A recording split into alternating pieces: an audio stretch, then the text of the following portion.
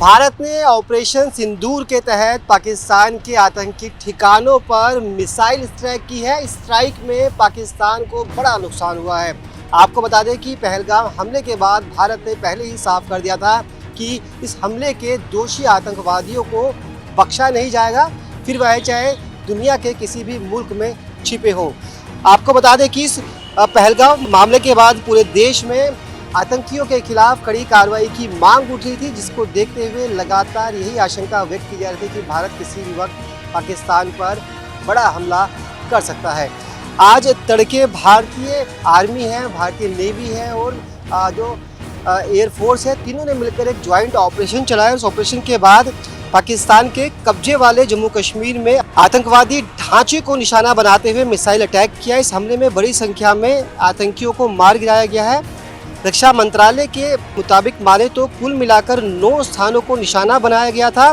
भारत के इस अभियान को ऑपरेशन सिंदूर का नाम दिया गया।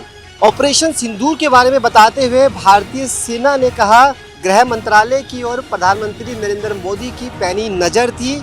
जिस तरह से 22 अप्रैल को पाकिस्तानी आतंकियों ने पहलगाम में पर्यटकों पर बर्बर हमला किया, जिसमें 25 भारतीय पर्यटकों और एक नेपाली पर्यटक को मौत के घाट उतार दिया गया था, जिसे मुंबई में 26/11 हमले के बाद सबसे गंभीर हमला बताया जाता है। ऐसे में कहीं ना कहीं पाकिस्तान को सबक सिखाना बेहद जरूरी था।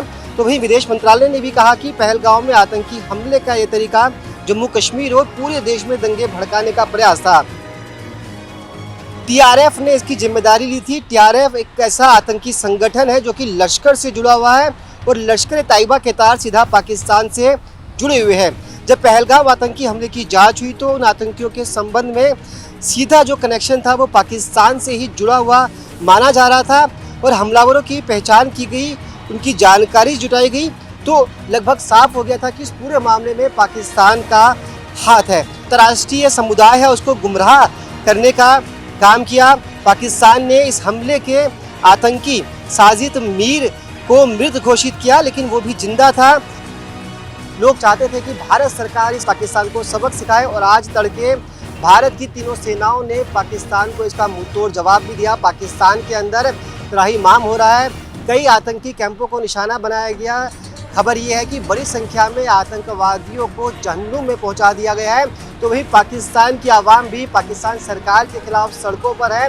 पाकिस्तान की सेना, मिलिट्री, तमाम जो अफसर लोग हैं वो घबराए हुए घूम रहे हैं। जिस तरह से भारतीय सैनिकों ने पाकिस्तान के अंदर घुस के पाकिस्तान की सरजमी पर वहां आतंकी कैंपों को नष्ट करने की कोशिश की गई।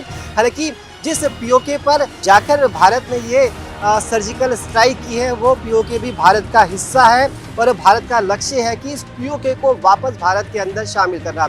इस पूरे वाकया के बाद देश भर में खुशी है और सभी लोग प्रधानमंत्री नरेंद्र मोदी की जय जयकार भी कर रहे हैं।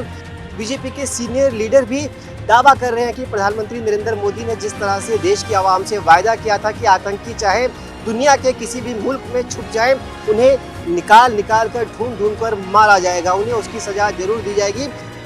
माननीय प्रधानमंत्री मोदी जी ने कहा था कि इस बार आतंकवादियों को कल्पना से परे सजा मिलेगी।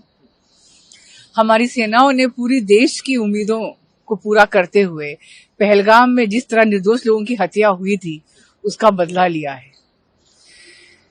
माननीय प्रधानमंत्री मोदी जी के नेतृत्व में सेनाओं ने ये शौर्य और साहस का नया इतिहास लिखा है। ऑपरेशन सिंदूर ने ये बता दिया है, ये नया भारत है, जवाब जरूर देता है और घर में घुस के मारता है। छेड़ोगे तो छोड़ेंगे नहीं। आपने देखा होगा उरी हमले का हमने 11 दिन में जवाब दिया, पुलवामा का हमने 12 दिन में जवाब दिया और अब पहलगाम का 13 दिन में जवाब दे रहे हैं। देखिए पूरे विश्व में भारत का संदेश बिल्कुल साफ है कि आतंकवाद के प्रति हमारी 0 टॉलरेंस पॉलिसी है। हम एक शांति प्रिय देश है, लेकिन हमें आंख दिखाओगे तो आंख निकालने का भी साहस हम रखते हैं।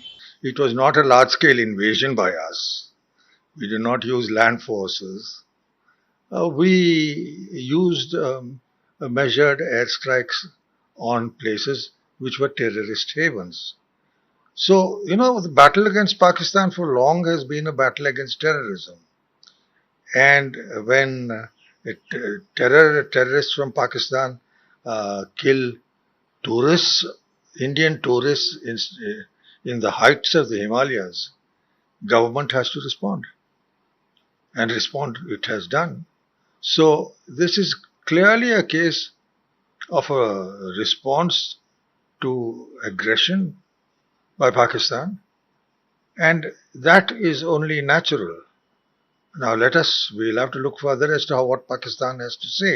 हमने पहले भी कहा था कि हमें भारत सरकार पे भरोसा है। पहलगाम के निर्दोष लोगों को जिस तरह से मारा, हमारे देश का बच्चा 140 करोड़ लोगों में इसका रोष था। और हम सबको, हम यहाँ अभी सुबह से अपने घर पे बैठे हुए, हम सबको बहुत खुशी है कि आतंकवादी ठिकानों पे आज हमला हुआ है। 9 आतंकी ठिकानों को ध्वस्त किया गया है और इसके लिए हम भारत की सेना को, भारत की सरकार को हम बहुत बधाई देते हैं। और हमें इस बात का बहुत सुकून है कि मैं अभी देख रहा था कि सेना ने भी प्रेस कॉन्फ्रेंस की कि किसी भी आम नागरिक पाकिस्तान को, उसको कोई तकलीफ नहीं हुई है, किसी भी निर्दोष को कोई तकलीफ नहीं हुई है। सिर्फ 9 आतंकी ठिकाने तबाह किए गए हैं। वो जिन लोगों ने लगातार आतंक को अपना हथियार बनाया है। भारत आतंक का विरोधी था, आतंक का विरोधी है और आतंक का विरोधी रहेगा। पाकिस्तान के सरकार को भी, पाकिस्तान के हुक्मरानों को भी हम लोग यहां से बार बार कहना चाहते हैं, ये नौबत तब आई है जब आपने आतंकवादियों के ऊपर नहीं कार्रवाई की और इन आतंकवादियों के द्वारा और भी अटैक किए जाने का खुफिया सुराग मिला हुआ था। तो भारत अपनी सुरक्षा, अपने लोगों की सुरक्षा करना जानता है। पहलगाम में जो घटना हुई उसका बदला लिया गया, हम सब बहुत खुश हैं। पूरे देश की जो भावना है वो विजय की भावना है। बहुप्रतीक्षित था, सबको पता था मोदी जी हैं, छोड़ने वाले नहीं हैं। एक सिंदूर की कीमत, एक चुटकी सिंदूर की कीमत आज आतंकवादियों को और उनके आकाओं को अच्छे से समझ में आ गई होगी। उन्होंने नाम पूछ पूछ के मासूमों को मारा था, आज उनका नाम लेने वाला भी कोई बचा नहीं है। और उन्होंने कहा था कि जाके मोदी को बता देना, आज मोदी ने बता दिया। आज सुबह से इस स्ट्राइक के बाद विदेश मंत्रालय है, NSA है और जो तीनों सेनाएं हैं वो लगातार बैठकें कर रही है, क्योंकि ये भी माना जा रहा है कि इस हमले के बाद पाकिस्तान बौखलाया हुआ है, वो बदले की कार्रवाई कर सकता है और ऐसे में उसको मुंह तोड़ जवाब कैसे दिया जाए, इस पर भी मंथन चल रहा है। अपने सहयोगी कैमरामैन अनिल के साथ मुकेश गुप्ता, दिल्ली।